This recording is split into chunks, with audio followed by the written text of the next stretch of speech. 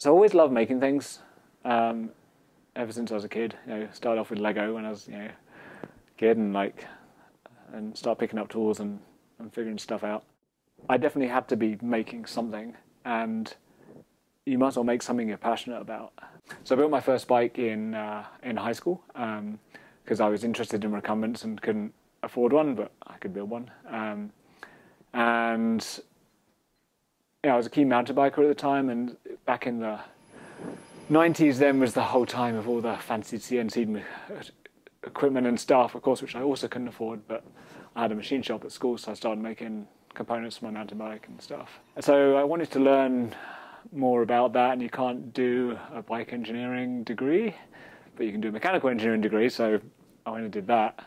And then I wanted to get into the bike industry, so did the usual thing of a graduate of writing to the big companies and stuff, and of course you don't get any replies because they get 1,000 letters. And then managed to land a gig with Bike Friday here in Eugene. And so, yeah, kind of thrown in the deep end of like, here's a bike factory we're making bikes. And I came straight in to help them design a new model. But being in a bike factory, got all my skills up to scratch, and I had access to it to, after hours, build my own stuff. So that's where the first couple of English frames were built, just with no intention of it being a business, just building stuff for myself.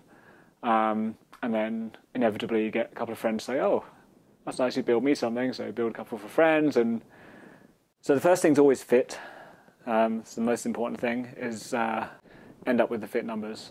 Then have a conversation about them about how they want the bike to handle, what they're going to use it for, what features they're looking for. So then I draw up the frame design on CAD and draw up the spec, get the customer to sign off on it. So that's all done. Then cutting all the ends so it's all going to fit together correctly in the jig, load everything into the jig, everything gets tacked in the frame jig, and then braze everything up, and then it goes on the alignment table, clean up of all the braze joints, then adding any braze-ons, bottle bosses, all that kind of stuff. And then that's fabrication done, so it can go out to paint. Send it off to paint, comes back in a few weeks, do all the frame prep and clean up the threads and everything else, and then put it all together.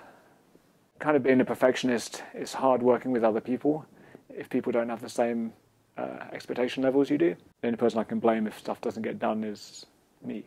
I think that's a lot of my customers come to me where they want their lifetime bike, so they want it to be special and be exactly what they want it to be. What I like about Rob's bikes the most is that they're so unique and so personal to me that I can come to him with an idea. He will make that into something, and it's exactly what I want. It's not a stock bike that kind of fits, that sort of works, that does good enough, that I might want another one or an upgraded bike. This is the one bike that does it all, for the winter bike, the race bike, the time trial bike. That's kind of it. Experiencing life via bicycle is a much better way to live. The freedom and the feeling of motion, the bicycle, and it's the right speed to experience the world. Like walking's too slow, driving's too fast until you're too isolated, but on a bike, it's like, you can really just be with the world, you know.